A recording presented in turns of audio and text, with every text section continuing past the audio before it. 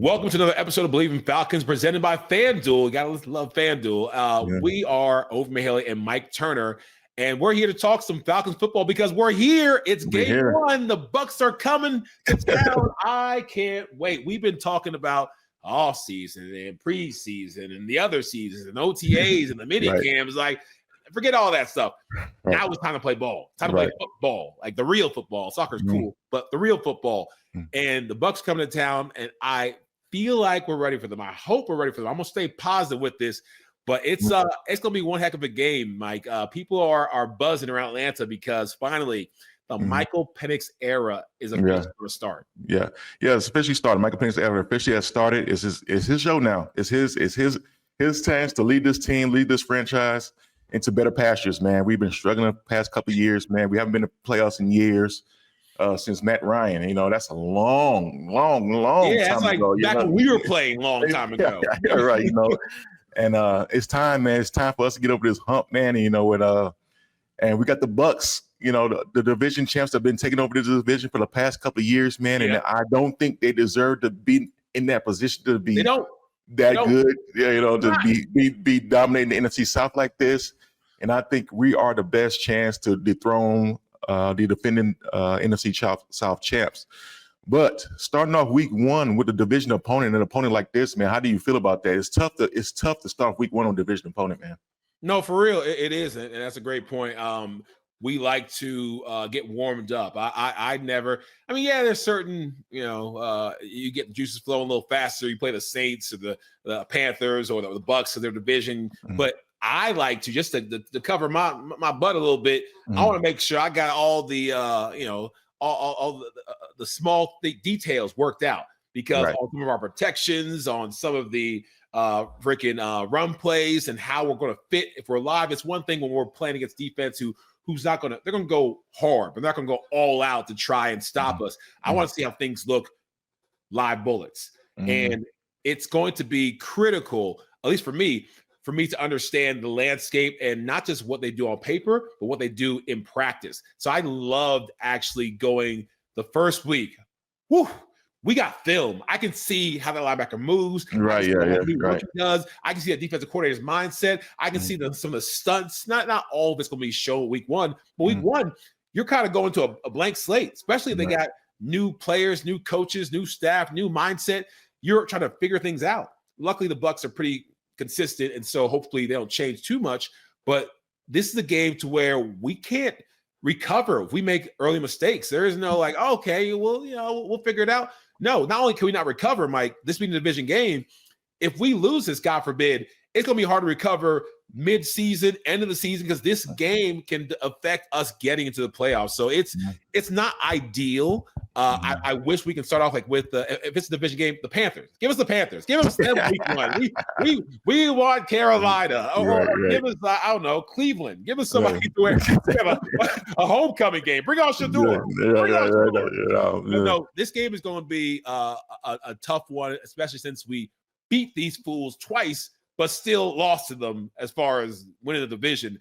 I think there are a lot of chips on shoulders, pent-up aggression to go and prove to them that even though we lost to them while beating them, we're the better team. So it's going to be one heck of a game. Yeah, Todd Bowles gonna have his team fired up, ready to go. That's one. That team is gonna be well coached under him. That's been his ammo. He's gonna be a well coached team. And them coming in, I know they got a chip on their side because we did beat them twice last year. So so they're coming in with a little revenge factor, a little chip on their shoulder, and them starting off week one with us. It's let's show them right away. I can see it from their perspective of them being fired up, coming into Atlanta and try to upset us and start off 1-0 in the division, and also beating the Falcons in their home, in our house. Our house. So I think we have the advantage of being at home. If we was in Tampa, I'll be a little bit more concerned. But us being at home, they give us a little bit more comfortability, and us being able to have the crowd noise behind us, because those, like saying, get week one, everybody's pumped. Everybody has a chance to win the Super Bowl winning week one. So so everybody's hyped for the season. Everybody has the highest expectations week one, and this is going to be a key game, man. I'm excited for it. And I just can't wait to see what we do because we're supposed to be a new look team too. Even though we saw a little bit of Michael Penix last year, they really haven't seen us, this year coming in with him having the whole offseason behind him and all the other talks behind, the Kirk Cousins talk, all that stuff is behind us. It is. We're moving forward. Let's go. Week 1. This is a new Falcons team. This is not the same Falcons team as you've seen before. Yeah, it's a new team, but it's going to be also a new experience for Michael Penix to be the guy, not just someone who's thrown in on the last couple of trash games. He's expected to be the man, not for this game, this season, but for a franchise level of time. Like they want him to be a Matt Ryan 3, 5, 7, 10 years as our quarterback. And so can he step up to the plate? I think he can, but he's going to have to go up against a pretty good pass rush. That's one of the things that people are talking about, the storyline. He's facing some edge threats, and the protection that he's going to get or not get will determine his success. We've already talked about the injuries to Caleb McGarry, which is his blindside tackle because he's left-handed.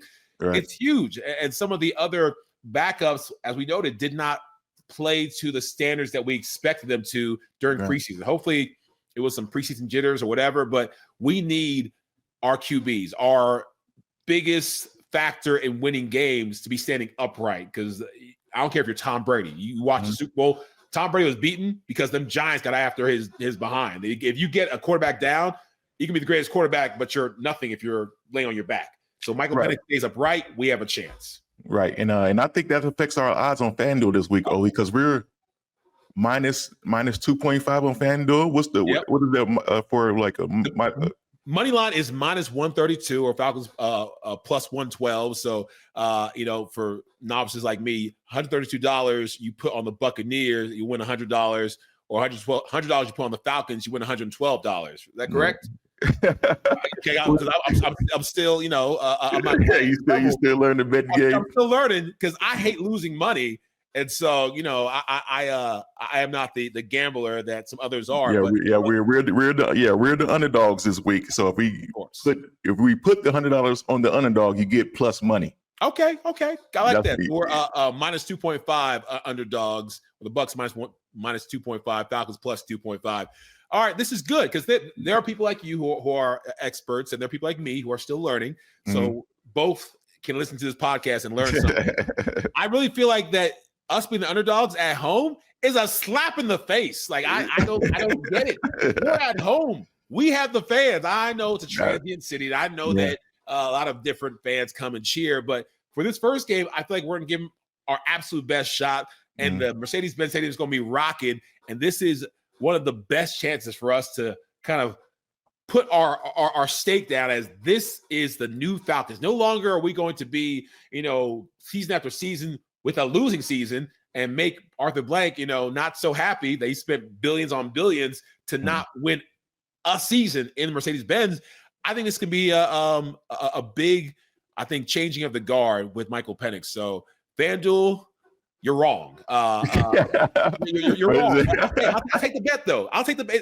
I like it. We're going to win. Give us 2.5 points at home with Michael Penix with this high-powered offense. We supposed to have a high-powered offense. Bijan Robinson, Drake London, Drizzy, the resurgence of Kyle Pitts. Yep. I'm speaking that into existence. This is going to be Kyle Pitts year. This is called me Kyle Pitts year. I gotta speak it every week. Kyle Pitts is back. Kyle Pitts is back, and we getting positive news out of Falcons camp about how he's been looking during camp throughout the offseason, and his connection with Michael Penix has been great. And he's been focused on getting him the football, and hopefully, our offensive coordinator have some plays drawn up for him to design some plays to get Kyle Pitts the football. Yeah, no, I'm excited about that. There's some people trying to drum up some rivalry talk about the Tampa Bay Bucks. Calm down. This is not a rivalry. We don't like them at all. This is not a situation where we're buddies. But it's not a rivalry. So we hate Tampa Bay Bucks. They don't like us, but it's nothing compared to the Saints. The Falcons Lady podcast yesterday, they were talking about the Saints Falcons rivalry and how it's just the vitriol that they have between each other. Like it's not quite there with the Bucks, but we don't like them at all. But that doesn't matter. We want to win because we need to win. We need to kind of show people who we are and what we're doing. But the rivalry talk, it's just not there. So I Hmm. I am very curious to see our defense. I was just about to say, I'm curious how this defense goes. But our defense, Mike, there's a lot to talk about. Yeah, I know. We got to get after Baker Mayfield. We're gonna see if our pass rush did really improve on the pass rush. We're bringing back Jeff Ulbrich as the defensive coordinator this time around and see what he's bringing to the table. I like that fire, that impact we had in the preseason, how the guys was flying around to the football. And then we got 2 rookies that's going to be a major impact. Really 4 now if you count the 2 first-round draft picks. They're not starting, but they're going to get a lot of playing time. But we have 2 rookies that's going to get a lot of playing time. That's Xavier Billy, right? Yeah. And then we got the safety, Xavier Watts and Billy Bowman Jr. That's going to be impact players right away on this defense. We got to see how they're going to fit into this defense. Can they cover Mike Evans? So and nervous. I don't like that. My heart hurts when you these rookies. I don't want to have a rookie covering Mike Evans. I'm pretty sure we're gonna have AJ Terrell cover him, but sometimes AJ's not gonna be able to cover. They might hide him. We don't know the shifting movements that can involve the mismatches. The mismatch matchups where we get them on Billy Bowman Jr. or something like that. We don't know. We don't know what they got in store for us, but they have a talented offense. They got Bucky Irvin in the backfield, talented running back, can run and catch out the backfield. Baker Mayfield's nothing. What can you say about him? The guy's been amazing past couple of years, been putting up big numbers. But what we're gonna see, they lost their offensive coordinator too. Their offensive coordinator went to Jacksonville to be the head coach. So they got some things that they need to show too this first week. It's just not all everything just great for them. Like everything's normal for them. They got to show what they're gonna be new and improved. Are they gonna be the same, or they got some wrinkles in their system? No, you're right. And every time I go to, or we have Tampa coming to town, or we go to them, I talk about how impressed I am at Baker Mayfield. And it's because I love underdogs. I love guys with chips on their shoulders. I love guys who got a little bit of not just swagger, but they're a little pissed off. And Baker's been a little pissed off for a while from his Cleveland days to not be taking seriously as a good quarterback, an above average quarterback. He's done so in Tampa, especially coming after Tom Brady, and showed that not only can he make plays, but he wants you to think he can't make plays because that makes him get even more squirrely, you'll say. You're right. So I'm worried about Mike Evans, but I'm also worried about Baker Mayfield. When he gets into his rhythm and he starts frothing at the mouth and really wants to show somebody who he is, he's a very tough quarterback to stop. So I don't want Falcons fans to, and I know our team won't, discount Baker Mayfield. We saw him neck and neck twice last year. They have a high-powered offense. We need to have our high-powered defense. Going back to our defense, I'm going to always go back to my boy, Jesse Wake Forest alumni Bates, as the guy who has to keep on stepping up. And it's hard to say, like, I'm a first-team all-pro guy. What do you mean keep on stepping up? Yes, I need you to be Hall of Fame status. I need Jesse Bates to play at a Hall of Fame level to where they're putting him in Canton after his career. And we need guys like that to step up. But we had Matt Ryan play at a Hall of Fame level. I think he will get inducted to Canton. That is necessary while you're playing for guys or for teams to rise above the rest. And for our defense being mediocre to below mediocre the majority of the last couple of years, Jesse's good. He's great, actually. But if he can have that Ray Lewis effect where he raises the level of play of the guys around him, that's Hall of Fame status. Because there's only so much he can do as a safety. He can't rush the passer. He can't, cover Mike Evans as a corner.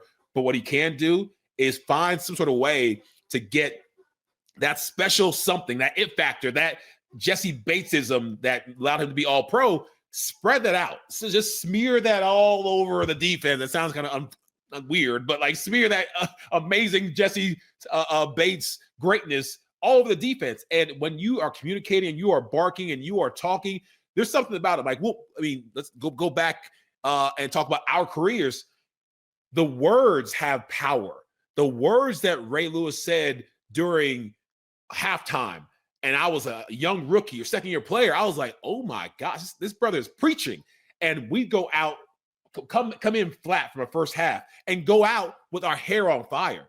we've been in situations in Atlanta where me and you were playing where Matt Ryan got up in our faces and yelled at us, and I thought I was playing hard. I thought I was like paying attention to detail. But after Matthew yelled at me, I was like, okay, man, I can do a little better. Like, there are players that have this special ability to use their tongue to be able to cause individuals to play at a higher level. Have you experienced that throughout your career? Oh yeah, I've been around great football players, future Hall of Famers. Drew Brees, great quarterback, and Phillip Rivers. The guys that get after the team and you pump the team up. Even though on the defensive side, guys, Sean Merriman, we all lift each other up. And I was just saying, you want just Space to step up. I'm not talking about just his play. I want to talk about his leadership. Yeah. Yeah. And like you said, like I need him to be the ZipRecruiter of the defense. The ZipRecruiter of the defense. Find that talent. He needs to find that talent and pick out those. Who's coming with me? Coming with me? Not everybody's ready for the big time. Not everybody's ready for that next level of leadership and play. But for the ones who are, you got to find them. Like ZipRecruiter finds the top talent. And you got to pick them out and put them up there next to you so we can go and ball, baby. Yes, that's what I'm talking about. So hopefully we got some good. We got two good rookies already. They say they're ready to go, and I want his leadership to guide them and and coach them up and keep them comfortable in that backfield in that secondary. My bad.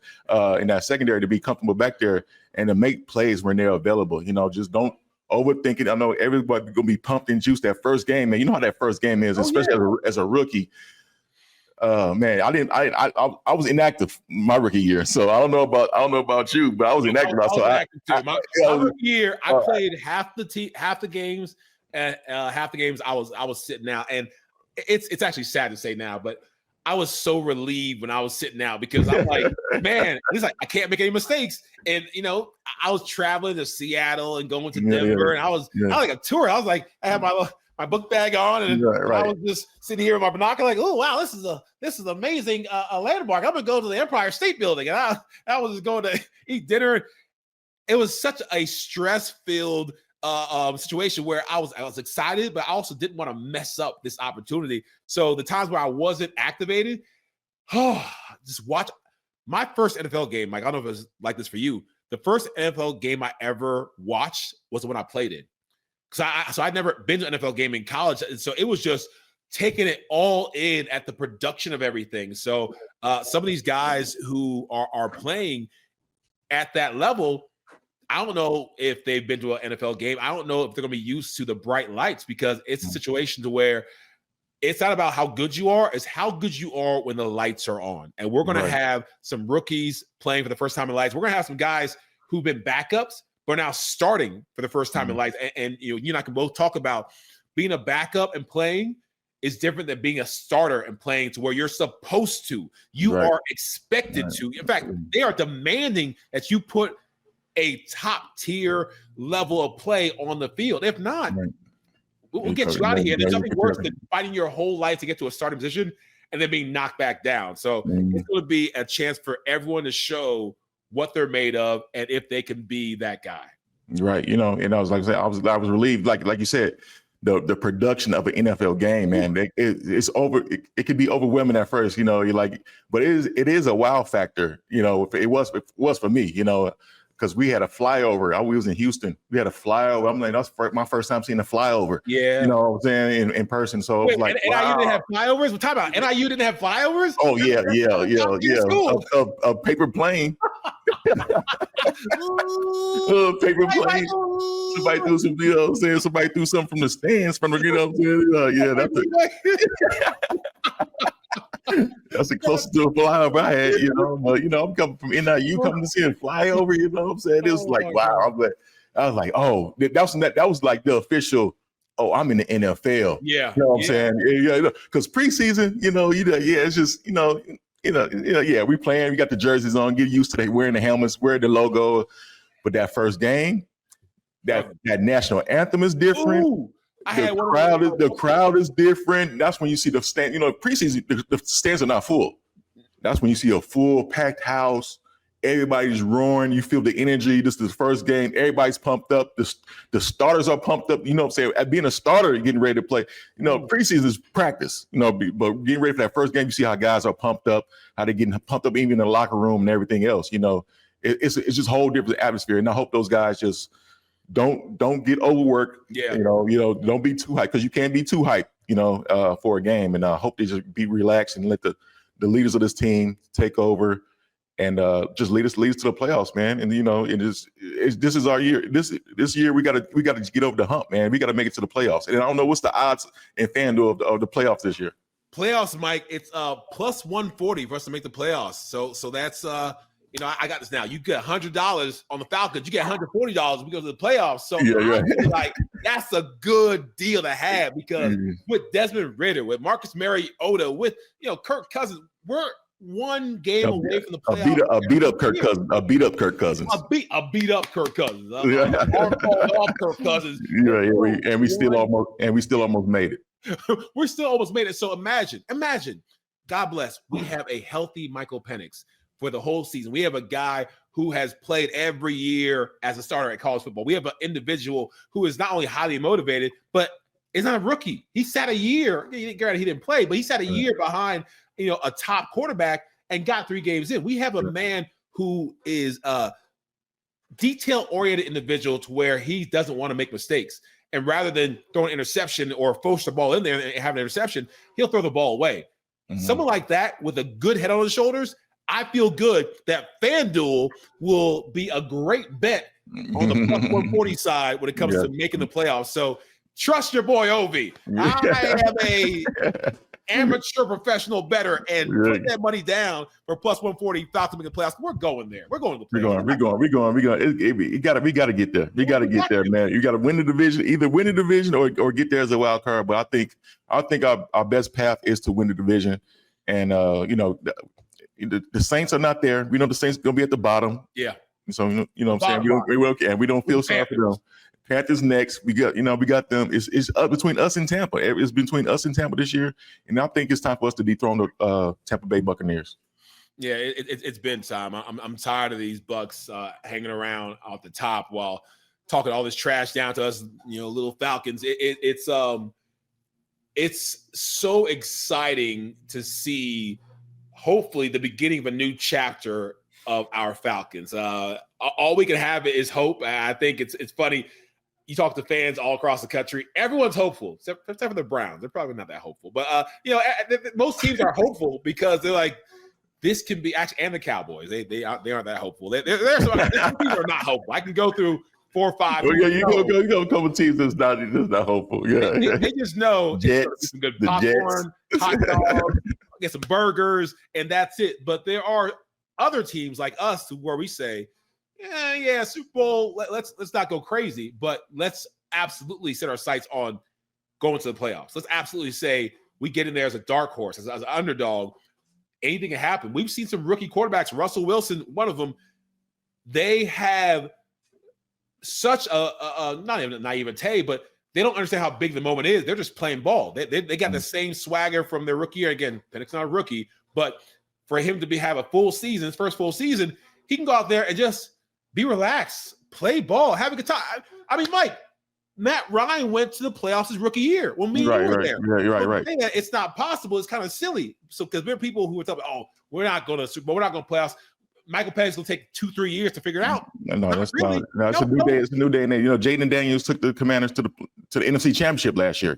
So anything's possible, man. And we got them a couple. We're going to talk about them later too. But right now we got to focus on these Bucs and focus on this week. Get one win under our belts. Get that momentum going, and hopefully just ride that wave all the way to the playoffs, man. Absolutely. And before we get out of here, I just really hope that. I went to practice a couple of times, and there was not a new policy, but during individual practices, we can show, we can have our cameras out, we can watch the one-on-ones with the O-line and the receivers. But when the team started actually playing, they told us to put our cameras down. I brought my girl Amber. Shout out to Amber. She's a new TV and video and picture individual for the Believe in Falcons podcast. She took some pictures. She's coming to the Falcons event on Friday. If y'all gonna be out there, Atlantic Station, I'll be out there with Ray Buchanan and some people.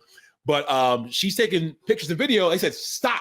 You got to put that down because we don't want any of our data. We don't want any of that information of our plays getting out there because data is important. I get even spam texts to this day, Mike, about who is this or not who is this. They'll do it to where you almost say, hello, who are you? Like, hey, good to see you last weekend. Mm-hmm. Who is this? Or like say, oh man, had a great time. We'll talk later. Who is this? Or I get the random spam calls. Do you have issues with the spam texts and the calls? Oh man, I got over 2,000 texts in my phone, unread text messages. And I just can't go through them all, man. Delete all that stuff, man. It's a lot of data to go through, man. But I believe we got a new company with us that's going to help us out with that. We do. They're called Delete Me, and Delete Me makes it easy, quick, and safe to remove your personal data online at a time when surveillance and data breaches are common enough to make everyone vulnerable. And Delete Me is such a great friend of the podcast. I believe, Mike, they have an offer, correct? Yeah, we're gonna take control of our data, man, and keep our stuff private. And you want to keep your life private by signing up to Delete Me. Now there's special discount for our listeners. Today, get 20% off. If you delete Pro to 6,400, that's Pro, Pro to 64,000. My bad, 64,000, not 6,400. Yeah, text to delete. Text it to 64,000. Text PRO. Text PRO to 64,000. There you go. Yeah, PRO to 64,000. There we go. We got it. And they'll help you out. Messages and data rates may apply. Absolutely. That's the only way to get 20% off is you got text PRO to 6400. So we gave you all the information. So if you want the spam texts and the calls and your information out there and the interweb and the black sites, I don't know why it gotta be black sites, but the black sites. Dark web, the dark web. There you go, the dark web. Why gotta be a dark web? Why gotta be that's better than black sites. Why gotta be a dark web and black sites? But anyways, we want to thank y'all for watching and listening to another episode of Believe in Falcons. Y'all keep on supporting us. We are excited to do some work with Twin Peaks. We had a nice little preseason watch party for the last preseason game. No one played, but it's all right. We had a good time, good food, good drinks. But we're thinking about doing something. I don't know. Y'all let us know if y'all want like a Monday night thing for us to be there, or for away games, or what's the best time for y'all to come out, and especially if you're in Atlanta, come to Twin Peaks Buckhead and watch our show live, or watch our show as we do a Manny cast for a game that's away. We can do a lot of different stuff. So we're looking for ideas. If you guys are interested in being a part of how we grow, then hit us up. But until then, thank you for all your support. And Mike, anything else you want to share before we head out? Nope. I just want to say, rise up and believe in Falcons, baby. This is week 1. Let's get this season started. Yeah, want to know, baby. Let's go. Welcome to the Believe in Falcons segment that I'm really excited about. And it's a chance for us to talk to a guest that's doing some amazing things right next door to the Falcons. Mr. Greg Myer, the director of the Emory Sports Performance and Research Center, Emory Spark Group. You have been doing some amazing work right next door to the Falcons facility, my Falcons facility, for a while now.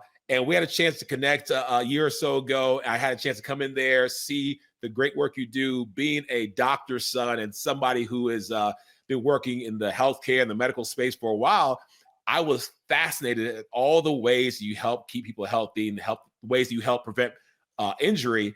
And I wanted to bring you on here because I feel like it's very important for not just the professional athletes, but for all the athletes who are trying to just stay in a place to where they can perform, because your best ability is your availability. We say that at the top level, and every kid understands that. It is so heartbreaking when you have a top tier athlete, somebody who's trained, who studies, who's prepared, and because of injury can't do the thing they love. So you're helping to make sure that doesn't happen. Thanks for being on the show, Greg. Would love for you to introduce yourself to our fans, our followers, and listeners, so they can understand who you are and what you do.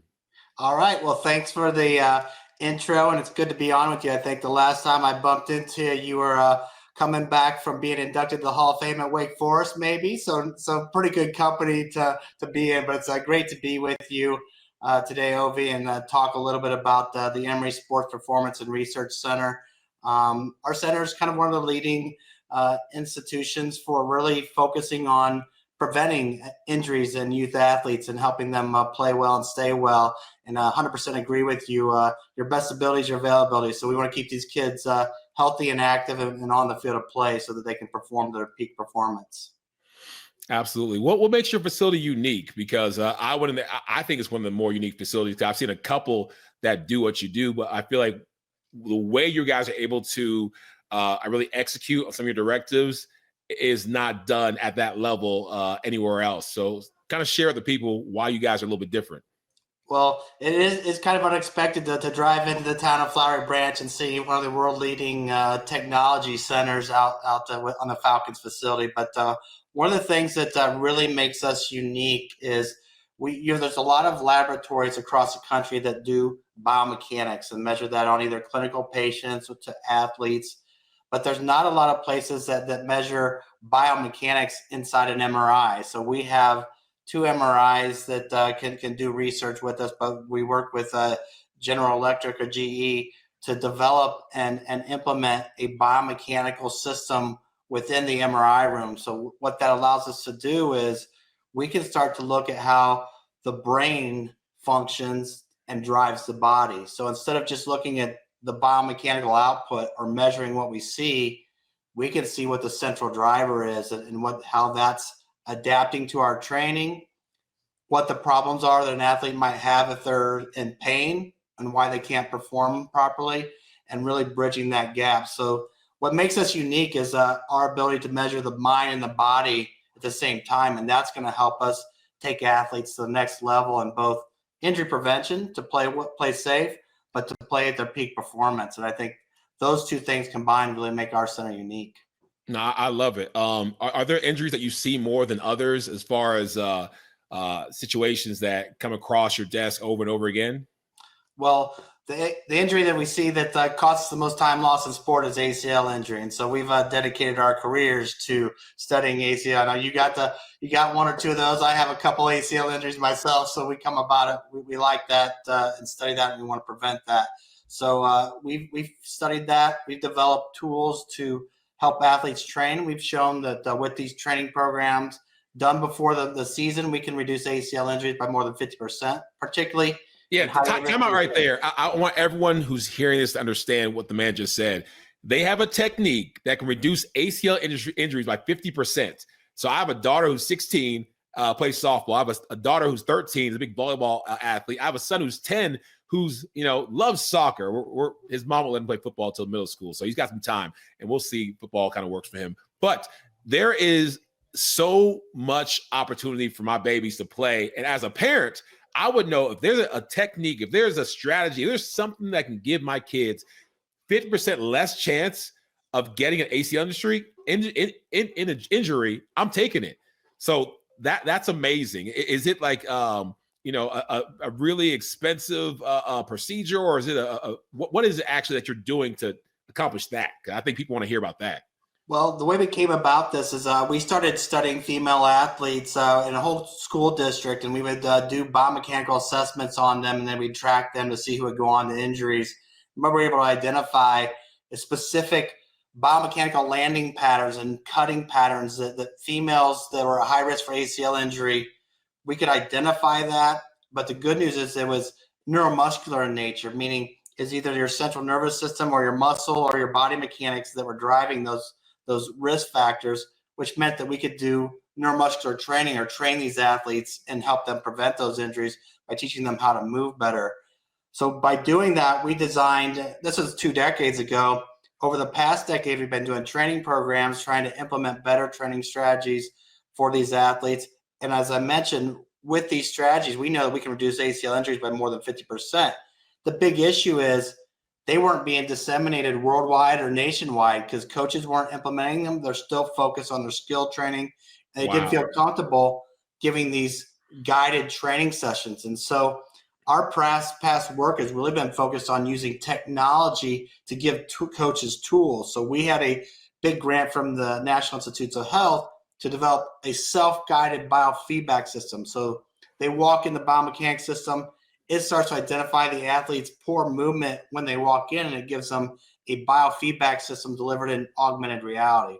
So that project just finished up, working on that. But what's really been exciting tied to this is we've gotten funding from the Arthur Blank Family Foundation. I've heard of that guy. I've heard of him. He's a good guy, and he gave a support us for the last 2.5 years to develop a program called the GIVES, the Georgia Initiative for Virtuality Education and Sport. And what that program is focused on is it's not so much about doing research, it's about packaging our research up and getting it out in the hands of all the schools across the state of Georgia. And so we've been focused on taking that laboratory-based biofeedback that costs $1 million lab to run. Can we package that into a VR headset and start getting these tools across the state and in the hands of athletes? And I think that's what's been really exciting about now we're starting to package tools that only professional athletes used to get, or these really limited laboratories, and now getting these labs out into the hands of student athletes across the high schools and middle schools in the state of Georgia.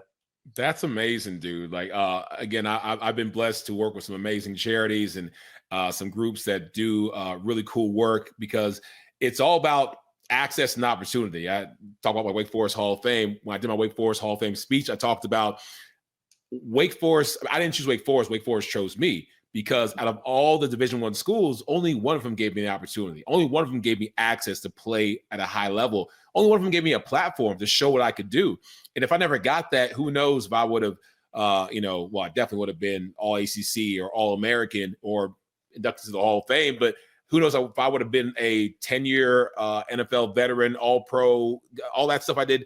It all started with a chance. So I love the fact that you guys are giving an opportunity and a chance for these kids to stay healthy and prevent injury.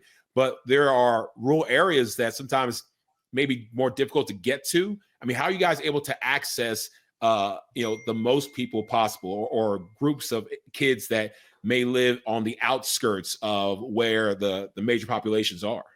That's what's, I think, becoming one of the more exciting parts of this is these VR headsets. They have a bunch of cameras in them in both the headset and then the hand controllers. And we're working with a group at Carnegie Mellon to do body tracking with these VR headsets and hand controllers. So now for $500, $200, we're going to be able to hand these schools a biomechanics lab that can start to train these athletes or assess these athletes. But here's the coolest part. These headsets don't even have to be online. It's got the computer inside it, so it doesn't even have to be connected to the web. Really? It can start to be doing some of this work and manage it on the sidelines. So we're developing better assessment tools to see if that athlete that has a concussion, whether has a vestibular or a balance problem, or what we call sensory motor, how their senses and their motor systems working together, we can start to pick up deficits that are potentially much better than those computerized tests that the athletes all do, the impact test or other tests that are out there. We can then have that living on the sidelines in a rural community that doesn't even have cellular service. Now, eventually we want that to come back online so we can get that data, help them process it and get reports. But the cool part is these can work anywhere. And if we continue our work, particularly with the Arthur Blank Family Foundation and the GIVES project, on really developing this and scaling it, the whole state of Georgia is going to benefit. We're going to get it to all these high schools. Right now, we've got it in a set school district, so we have about 30 athletic trainers that have this toolkit that they're ready to start assessing acute concussions, and then we're going to kind of weave that together. But I want to bring it back a little bit to what you talked about. Sure. What is the injury we're most interested in? What we're also learning is if you have a concussion, then you're also at risk for a future ACL injury. So, wait, what? I've had both concussions and ACL injuries. You're telling me that concussions can affect ACL injuries? How does that work? So basically, what you have a disruptive sensory motor. You've disrupted your central nervous system and control and balance, and now you're going back to sport, not back to where you were. And you don't have that same body control. Now you're setting yourself up for another injury. We also know that there's what we call perception action coupling. So it's what my senses are perceiving and then how I'm acting accordingly. that's disrupted with a concussion. And so that sets me up to have slower response times, not be ready for that hit that I can't see. But it's also going to set me up to have a mismatch of when I land a cut for when I'm getting ready to cut. If I have a mismatch on where I perceive the ground is, where it actually is, that sets me up for an ACL injury. And so those types of things, April McPherson, who you know, has done a lot of the work in this area, looking at how you can have a concussion or a brain injury that sets you up for a musculoskeletal injury. So what does that mean? We want to protect athletes from head to toe. You asked me what my favorite injury is. We want to prevent all injuries, and that's kind of the umbrella that we're talking about. Dude, that is super cool, and I'm really excited about just the opportunity to get better. I'm big when I talk to kids, when I talk to adults, corporations. I'm about, how did you get better today? What can you do to improve yourself? And you're giving people the chance to get better in a very big way. What would you say to some of the parents, the adults, the individuals who are saying, I love everything that I'm hearing from Greg. I'm loving everything I'm seeing that Greg is doing. How can I get involved? How can I become a part of it? Is there, are you looking for more Arthur Blanks to give more money? Are you looking for more schools to work with? Are you looking for more kids to use some of these techniques? Like, what is some of the asks that you have for the community that's listening to this? Well, Ovie, you just nailed everything that I want. We want it all. We want everything. We want it all. But really what we want to do is make impact and reach these athletes. And so a lot of our time is spent trying to secure funding so that we have the funding to do that. We are a soft funded, which means that we write grants, or we have very generous donors such as the Arthur Blank Family Foundation to support projects like this and going forward. And I think for this type of project, we're really interested in philanthropic partners who can really take us to the next level. Arthur Blank, the Family Foundation, has really set us up to build this infrastructure. Now we're looking for potential donors or other funding sources that will help us scale it throughout the state, because we built the tools. We have them working. We really want to push it and get it in the hands of all these athletes, particularly those athletes that don't even have access to the best health care or treatments. Maybe we can cut it off at the pass and prevent the injury in the first place, so that it's not as much of a problem and a burden on those athletes that don't get the best health care. And if we can start to prevent it and get them tools. So you're hitting the nail on the head. We want to reach more athletes. We want to make impact.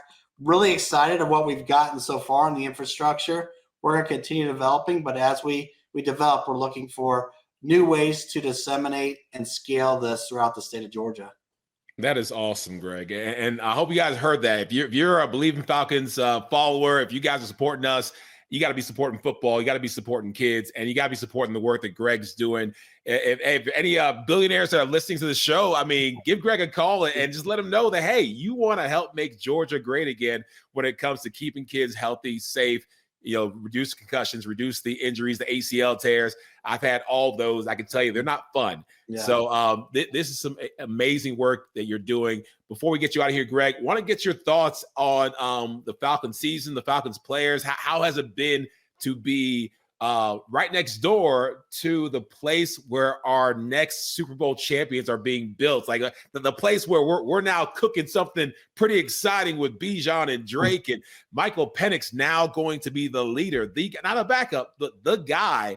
How has it been being that close to, greatness? And what are your thoughts about this upcoming season? Well, I can tell you the energy around the facility has been the best I've seen since I've been here.